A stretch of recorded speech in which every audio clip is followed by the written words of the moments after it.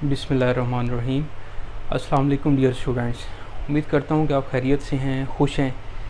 मेरा नाम रायनूर है और मैं आपको अपने यूट्यूब चैनल पे वेलकम करता हूँ। मेरा सब्जेक्ट मैथमेटिक्स है बेटा, और इस वीडियो में मैंने आपके साथ 3 क्वेश्चन डिस्कस करने हैं जो कि ईटा इंजीनियरिंग टेस्ट से रिलेटेड हैं, और इसको मैंने नाम दिया FLP2 का। तो आइए जी स्टार्ट करते हैं। क्वेश्चन नंबर 11, 12 और 13। क्वेश्चन 11 को ज़रा देखें तो if a is equal to 4 minus 2 lambda 1 is a singular matrix then value of lambda square minus 2 is. अब ये जो मैट्रिक्स है ये 2x2 ऑर्डर का मैट्रिक्स है जिसमें 2 रोज़ और 2 कॉलम्स हैं। अब सिंगुलर मैट्रिक्स क्या होता है कि डिटर्मिनेंट इज़ इक्वल टू 0। अब आप इसका डिटर्मिनेंट लें और इज़ इक्वल टू 0 करें। 4 माइनस 2 लैम्डा 1 का डिटर्मिनेंट इज़ इक्वल टू 0।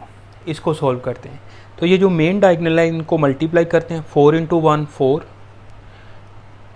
ठीक है। फिर माइनस लिखते हैं दरमियान में डिटर्मिनेंट का। फिर lambda into minus 2 minus 2 lambda is equal to 0। ये आ जाएगा 4 plus 2 lambda is equal to 0। 2 lambda is equal to minus 4 और लैम्डा की वैल्यू आ जाएगी माइनस 2।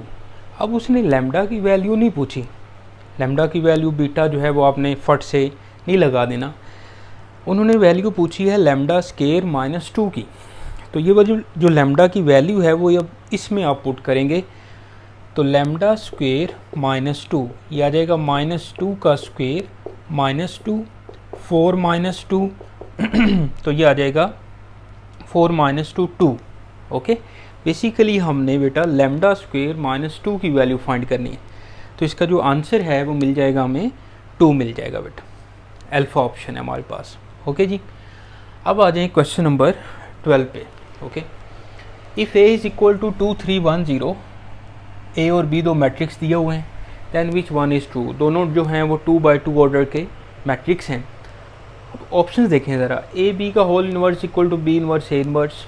रिवर्सल लॉ होता है, बिल्कुल सही है, ये लग रहा है, बल्कि ठीक है। ये b इनवर्स का inverse is equal to b, ये भी ठीक है प्रॉपर्टी। ए बी का whole transpose is equal to b transpose a transpose होता है, जो लास्ट में उसको हम पहले लिखते हैं, ठीक है। All of these. तो ज़्यादातर जो स्टूडेंट्स हैं ना वो चुप करके वो डेल्टा ऑप्शन पे फ़ौरन से मार्क कर देंगे कि ये ऑल ऑफ दीज सारे रिजल्ट ठीक है। हालांकि ऊपर जो मैट्रिक्स दिए हुए हैं उनके लिहाज से हमने ये ऑप्शंस बतानी है।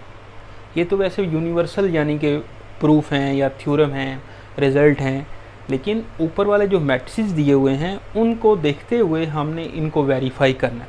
अब सबसे पहले जब अब देखें तो जो इन्वर्स है, इन्वर्स के लिए जो है वो नॉन सिंगुलर मैट्रिक्स का होना ज़रूरी है। नॉन सिंगुलर मीन कि जिसका ए डिटर्मिनेंट या determinant is not equal to 0 आ जाए। अब इसका आप डिटर्मिनेंट लें, क्या बनता है 0 माइनस 3, ये तो नॉन सिंगुलर है। ये आ जाए, देखें जी, माइनस 2 इंटू माइनस 1 प्लस 2, फिर 2 इंटू 1 2, तो ये आ जाएगा 2 माइनस 2। इसका बेटा बी का जो डिटर्मिनेंट है वो आ जाएगा 2 माइनस 2 0। तो ये एक सिंगुलर मैट्रिक्स है। तो सिंगुलर मैट्रिक्स का तो इन्वर्स पॉसिबल ही नहीं है, उसका तो आप इन्वर्स फाइंड नहीं कर सकते। लिहाजा अल्फ़ा ऑप्शन भी हम इन मैट्रिसेस के लिहाज से हम इसको ओके नहीं कर सकते, ट्रू नहीं कह सकते। ये प्रॉपर्टी भी यहाँ पे नहीं लग सकती क्योंकि इन्वर्स ही फाइंड नहीं कर सकते। हाँ, ट्रांसपोज लिया जा सकता है इन दोनों का, मतलब ए बी को मल्टीप्लाई किया जा सकता है, फिर ट्रांसपोज लें, फिर बी ट्रांसपोज ए ट्रांसपोज को मल्टीप्लाई करें। तो ये वाली जो प्रॉपर्टी है ना चार्ली ऑप्शन, ये इस पर फुलफ़िल होती है। इन्वर्स वाली प्रॉपर्टी फुलफ़िल क्यों नहीं हो रही? क्योंकि इसका डिटर्मिनेंट 0 है, ये एक सिंगुलर मैट्रिक्स है। अंडरस्टैंड करें आप। तो इसकी जो करेक्ट ऑप्शन है बेटा ये बनेगी चार्ली। ओके, अब आ जाए जी क्वेश्चन नंबर 13 पे बेटा। ए क्रॉस बी वेक्टर है, ऊपर जो है ना उसकी मैग्नीट्यूड है, और ए डॉट बी है। तो then angle between A and B vectors is. अब आप कौन सी ऑप्शन ठीक लग रही है देखें ज़रा। 0, 30 डिग्री, 45 डिग्री, 60 डिग्री, कौन सी ऑप्शन ठीक लग रही है? गैस करें ज़रा, ठीक है। तो इस तरह से आप गैस करना थोड़ा सा मुश्किल है, हमें ये कैलकुलेट करना पड़ेगा। ए क्रॉस बी जो है बेटा क्या होता है, ए वेक्टर की मैग्नीट्यूड, बी वेक्टर की मैग्नीट्यूड और साइन थीटा और N unit vector is equal to A dot B है तो ये आ जाएगा ए की मैग्नीट्यूड, बी की मैग्नीट्यूड और कोस थीटा। सिंपल आप ए बी भी लिख सकते हैं, तो वो भी उसकी मैग्नीट्यूड ही है। अब एन यूनिट वेक्टर का जो मैग्नीट्यूड है वो 1 होगा, क्योंकि एन यूनिट वेक्टर जो है, यूनिट वेक्टर बेसिकली तो यूनिट वेक्टर की जो मैग्नीट्यूड है वो 1 होती है। तो ये बन जाएगा आपके पास simple A B sine theta और एन यूनिट वेक्टर की मैग्नीट्यूड और ए बी कोस थीटा। तो आप इसको जो है ना इस तरह लिख लें या इस तरह से लिख लें, एक ही बात है।